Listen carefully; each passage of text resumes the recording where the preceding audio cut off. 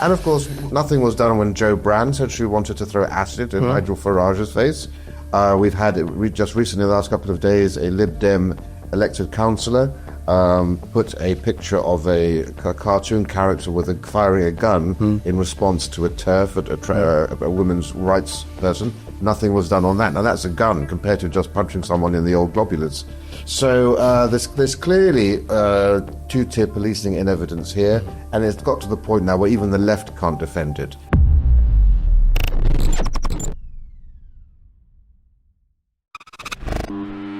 Hello, I'm Philip Kiszely and welcome to Newspeak, the New Culture Forum's look at the weekly news cycle. I'm delighted this week that I'm joined by Rafe Heydel-Mankoo, Royal Historian and NCF Senior Fellow, David Oldroyd-Bolt, Fellow of the Danube Institute, and Amy Gallagher from Stand Up to Woke and New Culture Forum. We've got a lot going on with NCF locals at the moment, you'll be pleased to hear. Not least are that we're joining the march on the 13th, the March to Unite the Kingdom, Tommy Robinson's March on the 13th, and we will be there under a banner. So I'm very pleased that we'll have very clear presence there. There's lots going on as well within the individual groups, and I think that stuff is just going below me at the moment across the screen. So do have a look, do get involved. So if you've got any questions, do email us at locals@newcultureforum.org.uk. We'd be pleased to hear from you. The events are free and we'd love for you to be involved.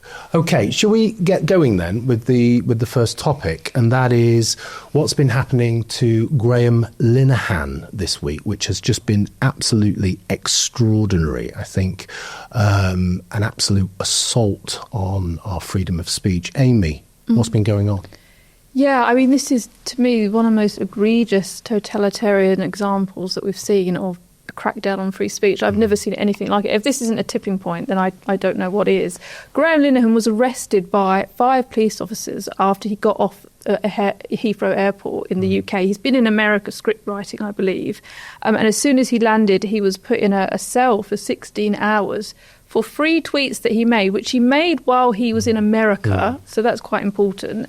And he's an Irish citizen, so he's not even a British citizen, and then arrested immediately. The tweets were, they're kind of being referred to as anti-trans tweets. They're not even really, I wouldn't even call them anti-trans tweets. One is he's saying that a crowd looks like they smell. One is saying that he hates misogyny and homophobia. And another one is saying that if a man enters a female-only space, she has the right to defend herself by, quote, kicking them in the balls, right? It's not anti-trans, it's just kind of, I don't know, common sense. He's standing up for women, he's standing up for gay people, which he's been doing for years. And that was enough to see him arrested. It really just shows the subjectivity of our laws, where they can be interpreted in this way, that something like that could be. And he is famously a comedy writer. You know, the joke is he's being satirical. He's talking about men and, you know, their body parts in the context of about gender identity. Yeah, it's unbelievable. I mean, he had to go to hospital for this. It could have, quite frankly, killed him.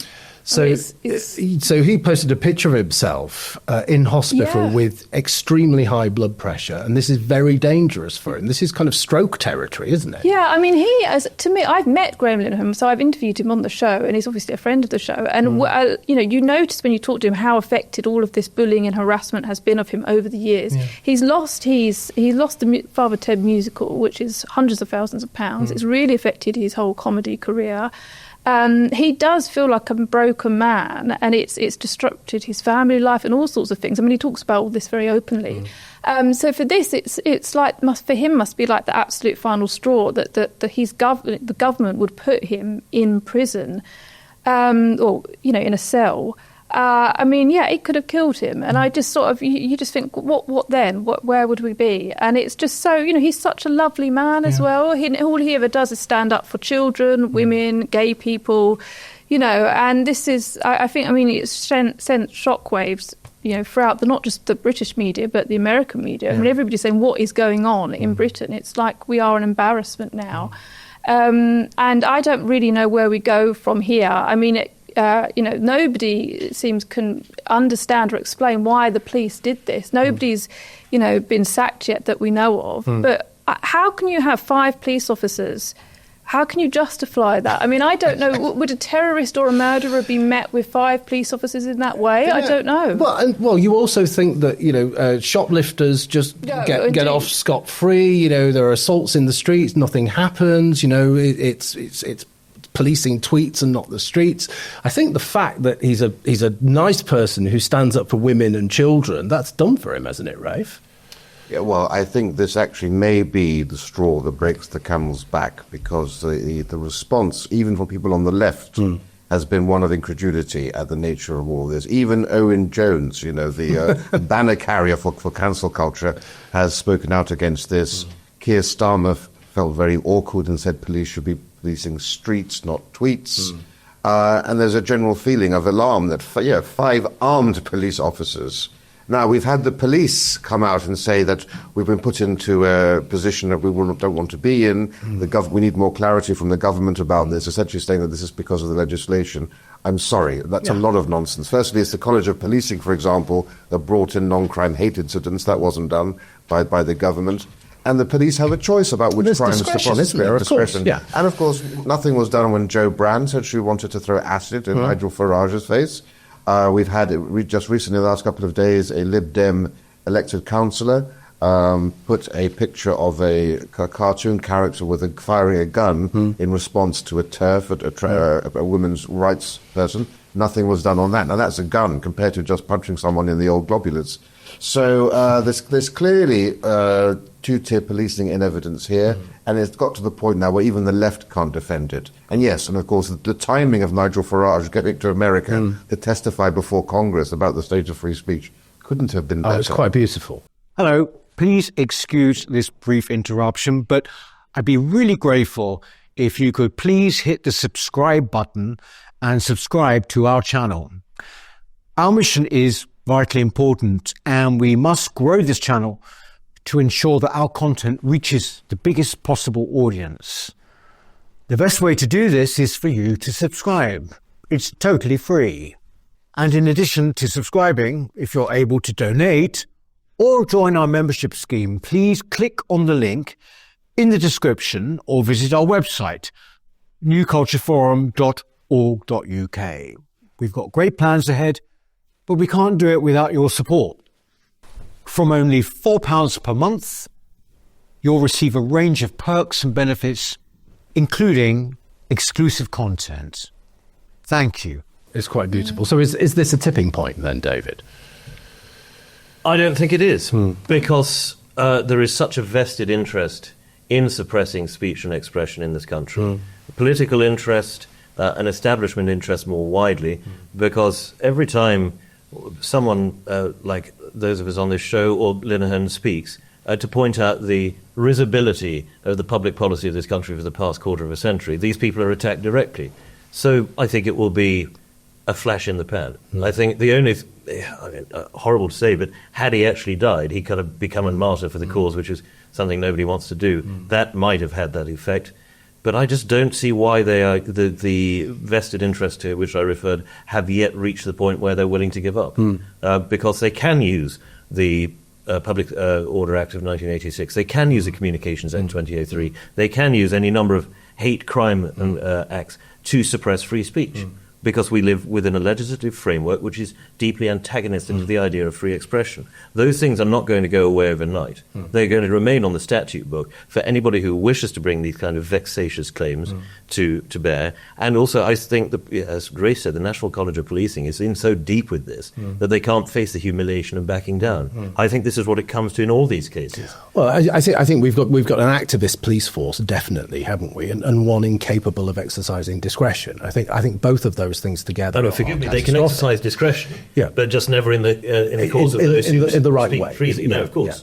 So, I mean, we're all. I'm tweeting every day. Everybody else is. Do you feel kind of as though, oh God, I've got to be careful here, or are you emboldened to tweet? I fully expect to be in prison within the next 20 years, and course, I'll see some of you there, and our mugs against the... because I wouldn't be surprised at all if a future left-wing government passes legislation that makes it retroactive. Retroactive, of course. And they go back into your social media history. So stuff which today is perfectly legitimate could become illegal in the future. And I'm sorry, we've got to the point now where nothing is impossible. This dystopian future, every day we used to be amazed and astounded at the sort of things we're hearing. Nothing surprises me any longer. No. And we have been talking for such a long time. I remember talking in 2019, 2020 about tipping points, about various kinds of things, especially about free speech. And nothing ever, we never seem to reach it. I think you're right. I think we've got a long way to go. I think it's going to be extremely painful. And I think there are kind of two options here, aren't there? I tweeted about this, and there was quite a big response from that. You either think, the hell with it, the country's over and I've got to leave and emigrate tomorrow or as quickly as I can because it's finished, or I've got to stay and fight. What you can't do is stay silent. I think those days are long gone. I think that's why Graham Linehan was such an important example, because he was someone that did leave the UK because he was so persecuted here, went to America, made these tweets in America. He had to come back to the UK because he was facing a trial for similar issues to around someone complaining about how he's behaved in relation to trans rights. So he is fighting in the country, but having to escape, and yet he still ends up in a prison cell. So that's when you just think, nobody, will they not stop? And what do you do? What do you do? Like we all fight here. I don't want to leave the country, but it's kind of terrifying, really, because it's what they used against him was so flimsy. I can look at some of the tweets that I've written and say they were just the same. If not, I would say more. I've written things that are far more aggressive. So really, it's just now you are absolutely at the mercy of the police, or if someone just takes a disliking to you, a trans activist, and they go through your Twitter account and they call up the police. We've seen it happen to Alison Pearson. We've seen it happen to other people. And, it could happen to anybody. Well, the great Toby Young, Lord Young of Acton, came up with the phrase some years ago of offence archaeology, to which he was subject. And I will just point out again that for anybody like us, anybody out there who's watching, who wants to speak out against these things, the first thing you must do is join the Free Speech Union. Yeah. Of course. Because were it not for the FSU, Linehan would not have the legal defence he now has. And I think Toby is showing himself again and again and again to be one of the finest Britons in recent history. To have founded this organisation in the teeth of such official opposition and to have funded it so well, to be there for those who have no other recourse, who have no other defenders. What can we do? Yes, we can stay and fight, but the first thing is you join that. And you make sure that should the offence archaeologists ever come for you, you've got the legal cover. I think one of the things that strikes me as we're talking about this, it used to be, and I know this because I've been cancelled, right? It used to be that you would lose your livelihood. That was the consequence of being cancelled. Now it's the prospect is that you're going to lose your liberty. So things have moved on massively, haven't they? Yeah, that's the same. We were all thinking it with Lucy Connolly, weren't we? And the way that Southport protesters were treated, that it felt like it was moving on to the next step. And then that they would go after, a beloved comedy writer, if someone that's famous, you'd think that they would stop and say, well, that's not going to go down very well. He's liked by lots of people and he's famous. But they still did. So, it really does feel like it's moving on to another level at this point. And the world is watching. That's the other thing, isn't it? The world is watching. And I feel that my country is stupid. It's acting in a ridiculously stupid way, this authoritarian clampdown on free speech. And people are watching and thinking, what the hell is... I've got friends in America who are messaging me on like several times a week saying, what on earth is going on? What's happening now? Where do we go from here? People are watching is an interesting thing. I happened unusually to see the BBC News this morning while I was having a cup of tea in a cafe, and the way that it is framed is not the way that we, who pay attention to these issues, understand it. I think this is an extraordinarily important point to make. Many people in the country will not feel the outrage that we do at Linehan's arrest and the way he was treated, because the way that they receive their news, through the BBC particularly, is so distorted They see him as an anti-trans campaigner, and the way An that obsessive and the anti-trans, way that they have been taught to view that is as someone who is a hater, someone who is a bigot. They don't understand the issues behind it because they're living normal lives. They're just trying to get on and keep their jobs and keep their children from being stabbed in the streets. Yeah. So I think it is an important point to make that though we are well aware of it, though our views are well aware of it, and though the wider political community of the right or just conservatives across the world is aware of it, there is a big problem in this country that normal people who live normal lives are yet to realise the severity of the case. Absolutely. So I think there are two things here. Okay, one, join the Free Speech Union if you're not already a member. But two, stop paying your television license if you are paying your television license, because they hate you and they are spewing propaganda at you. David, you talked about being stabbed in the street. Our next story is about mass immigration, and it's about Robert Jenrick and his response to Nigel Farage. Rafe, do you want to talk a little bit about it? Well, it seems increasingly as if Robert Jenrick is the de facto leader of the Tory party, coming out with much more strident policies than we've seen from Kemi Badenoch, but also being seen actually a lot more. Obviously, he's still smarting from having lost the leadership campaign. He's on a permanent leadership campaign movement, it seems, and he's now trying to outflank Nigel Farage and reform, which is what we always hoped would happen, that he would lead the party, and between them they would be engaged in, as Charlie Downs has said, the sort of Cold War arms race to try to outdo each other. And he has outdone Nigel in terms of his proposals, which aren't Tory proposals, but he's saying the Tories need to embrace net emigration, or what, as others call it, negative net migration, for a decade. Now, basically what that means is more people leaving the country and coming into the country. Now, this is already a phenomenon which Sweden is experiencing, where last year, for the first time in 50 years, more people were leaving the country than coming in because, of course, they had a much stricter policy on immigration and much harsher treatment of asylum claimants, and lowering of benefits and so forth, and creating a genuinely hostile environment. And that's what he wants to do. And it's so encouraging to see the mainstream parties now, both Reform and the Conservative Party, adopting policies which we've been talking about on this channel for years, and which were deemed to be beyond the pale even a year ago. The idea of camps. And what Jenrick is saying is that actually we need to have prison camps as opposed to just the sort of camps that Reform were talking about. Proper barbed wire and that sort of a thing to stop them engaging with the wider community.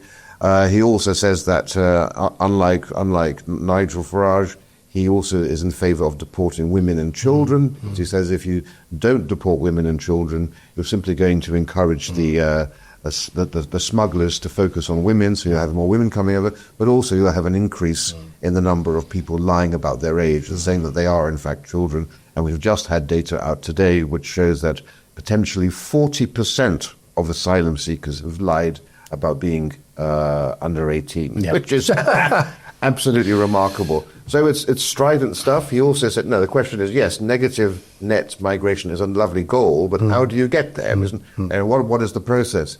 He says you deport them even to hostile places, like even Afghanistan. What amazes me is there was so much pearl-clutching and hand-wringing when Reform spoke about dealing with the Taliban and sending people back there. All the lovies and lefties seem to have forgotten that the EU has signed a pact with the Taliban, with Afghanistan. Give me a break. But also, he said, rather than engaging in long, lengthy negotiations with countries like Pakistan, as is currently happening, just end their visas to this country and stop all foreign aid. He said, use the stick rather than the carrot.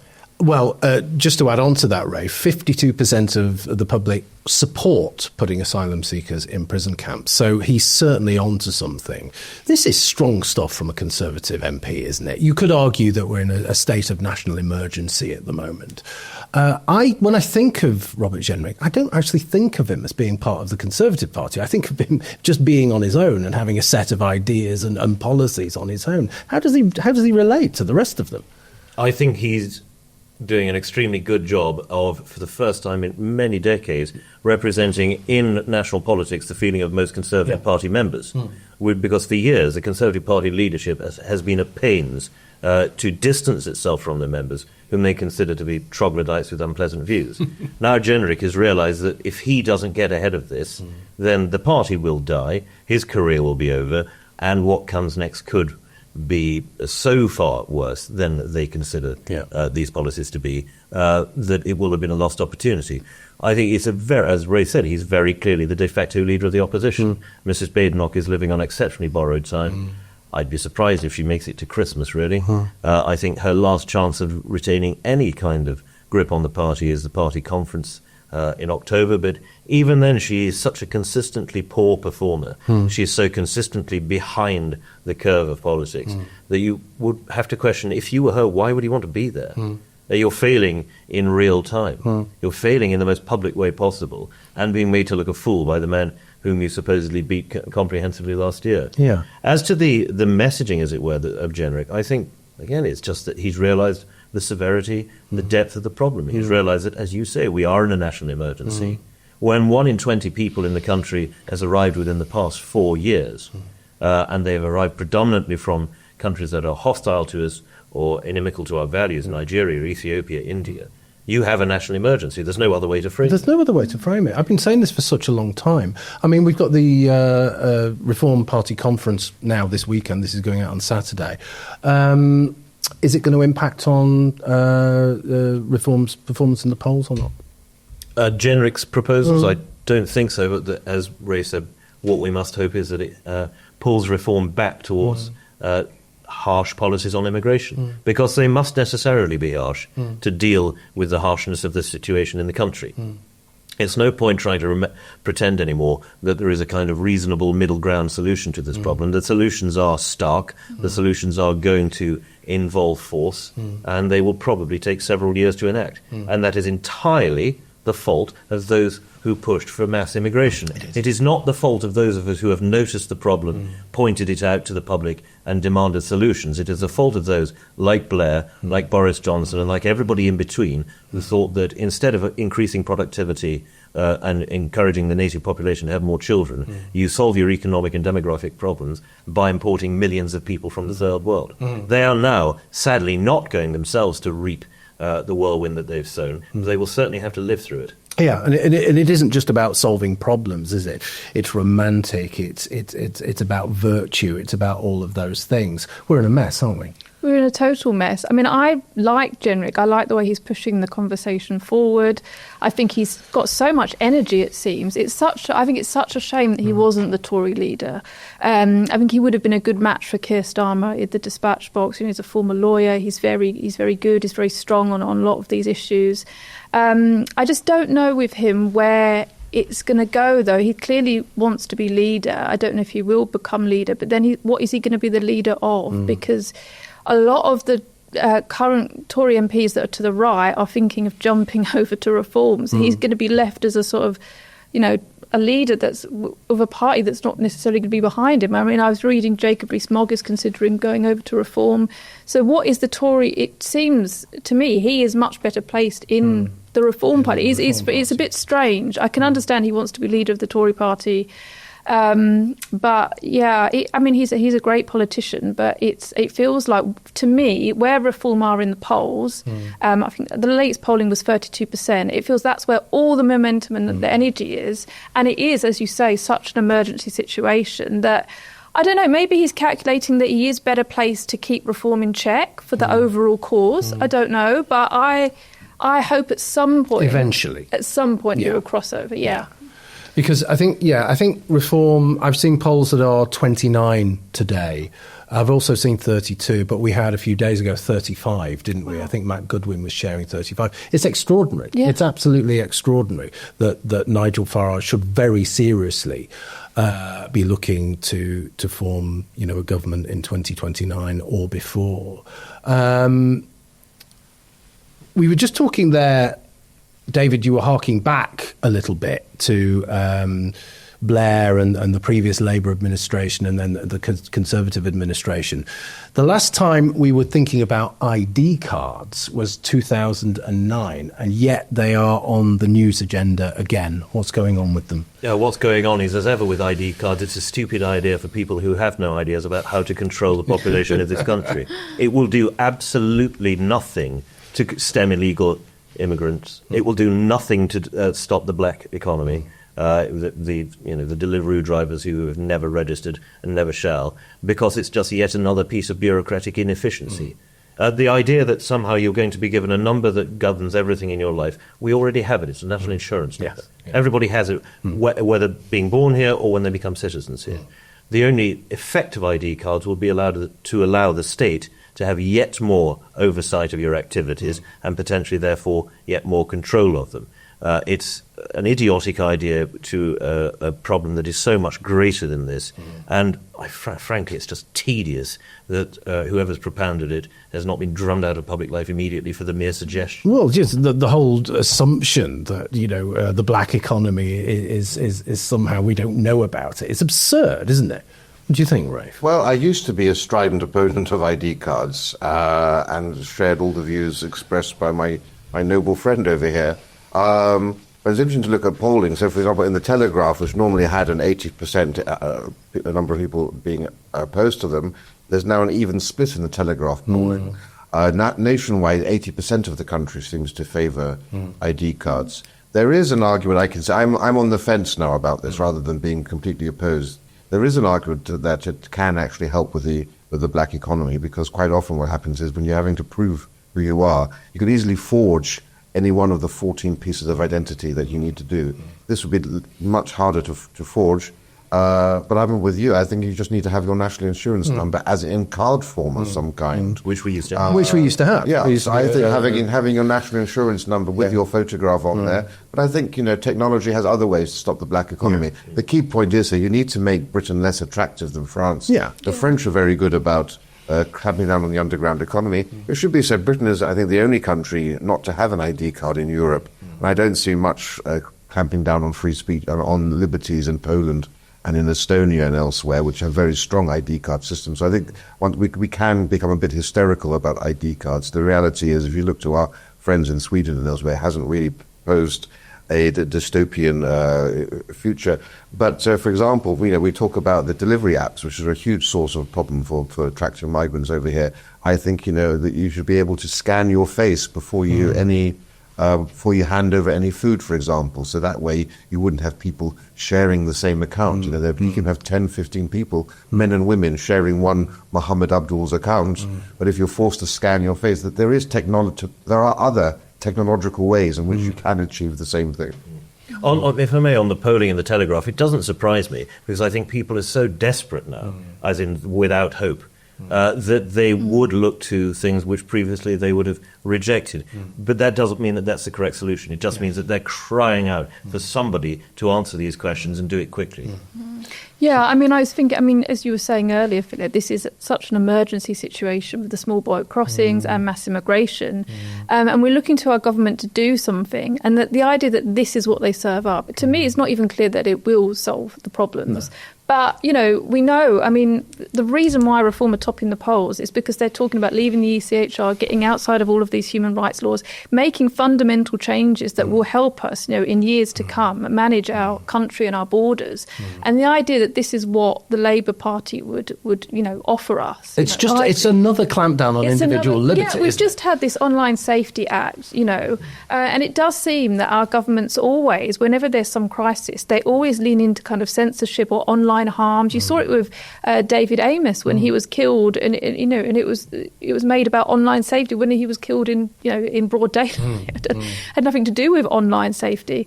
And then, of course, the Online Safety Act that we've just come through. It does feel like we are heading in a direction that, in terms of censorship, but kind of the digitisation of everything, that feels very worrying, and it's very quick in the way it's happening.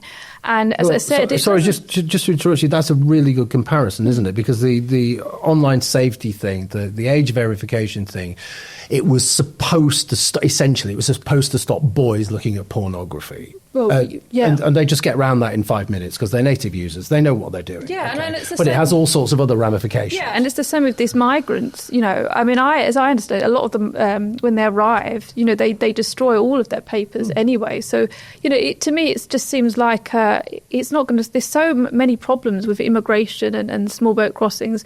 The idea that this would solve, I mean, it may solve some problems in some ways, but it's not looking at the broader picture in the way that the Online Safety Act was a broad brush as well. In that it didn't just target children and pornography. It targeted any kind of websites about suicide and all sorts of things. And we've seen tweets about violence that happened historically being removed. So. It really worries me that Labour are offering us this at such a time of crisis. Yeah, anything that Labour offer at a time of crisis isn't about the crisis. It has other ramifications and it deals with other things. I mean, the most practical solution is to increase the number of people inspecting these curry houses and these other sorts of venues and the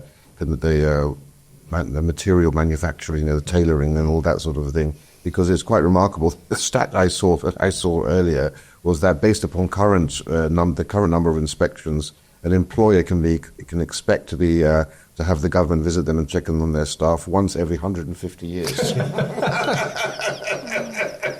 Well, let's not overdo it. We are British, but there is something fundamentally un-British about this, isn't there? That's absolutely at the heart of it, isn't it? The sense that ultimately our civil liberties are being eroded so quickly at such an alarming rate and for such sinister reasons. It's frightening. I'm genuinely alarmed by it because I keep coming back to the first story that we're talking about and censorship and losing liberty, never mind civil liberties. That's precisely my point. Why would you ever trust a socialist government to have yet more control over you? They've been trying to gain control over us since 1945, with, it must be said, a remarkable success in terms of a long-term political project. Every time Labour's in government, they've come back to these ideas. Labour did used to have an extremely proud tradition. There was a small one of people protecting civil liberties, but that died a death, well, I suppose, with New Labour and their emulation of the worst aspects of the authoritarian Tory right. Talking of the broad picture, as Amy did, the broad picture is still that illegal immigration is not the problem. It is all the many routes of legal migrants, first of all, and then their ability to bring their dependents, who then dissipate into the system. Until that is addressed, and I think everything we've talked about today is addressed. Robert Jenrick talks of, in his interview in this week's Spectator with Tim Shipman, he talks about ID cards, he talks about leaving the ECHR, the many routes to taking back control of the country. It's an interview everybody would be well advised to go and read. And it's also the only interview I've seen so far where he really sets out his stall against Mrs. Badenoch in pretty much bold terms. I think on the basic point of could ID cards ever address this problem, one has to be realistic that no, they cannot, because the only people who will join in the system are those who are already doing nothing wrong. The law-abiding. Yes, again, yes. As with national crises, it extends the power. We saw this during COVID as the most recent instance.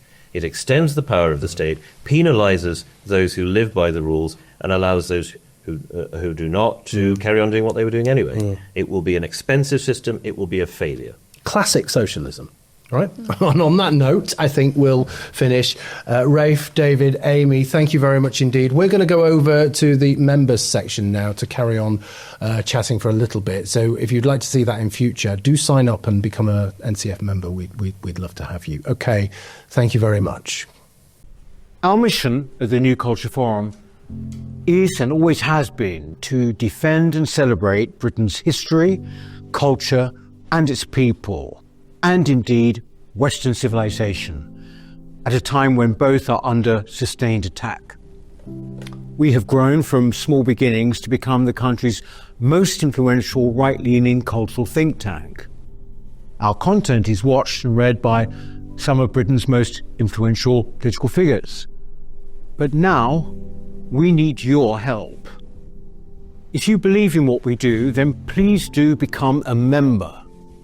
For as little as £4 a month, you can make a vital contribution to what we do. As a member of the NCF family, you will help ensure that we can continue to produce quality content online, such as our 3 weekly programs, Whittle, which is our flagship interview show, Newspeak, our panel discussion show, and Deprogrammed, which is targeted at Britain's youth. As you probably know, in addition, we produce important documentaries, such as our critically acclaimed 6-part series, The West, a stunning celebration of the history and genius of Western civilization, and our ongoing documentary series, Heresies, with hard-hitting episodes tackling subjects such as immigration, gender ideology, and BBC bias. But the New Culture Forum is much more than a YouTube channel. We don't just complain about Britain as it is, we provide real solutions and clear policies on how we can push back against the madness and restore sanity to this nation. Our presenters are now highly sought after and have become familiar faces across the media. Our prestigious annual Smith Lecture and our regional and indeed national conferences have attracted world-class speakers. Perhaps most importantly, we are the only organisation on the right of politics that has launched a national movement without actually being a political party. And uniquely, through our NCF Locals programme, we've established some 30 active branches in towns and cities right across the nation, from Edinburgh to Exeter, and with many more on the way. We're very proud of what we've achieved, and our members have made it possible. In return, our members receive access to exclusive content, invitations to private events, free or discounted tickets to our conferences and lectures, free copies of our books, and much more. I very much hope that you'll join us too by clicking the link in the description or going to our website, newcultureforum.org.uk. Now is the time that we need your help. Thank you.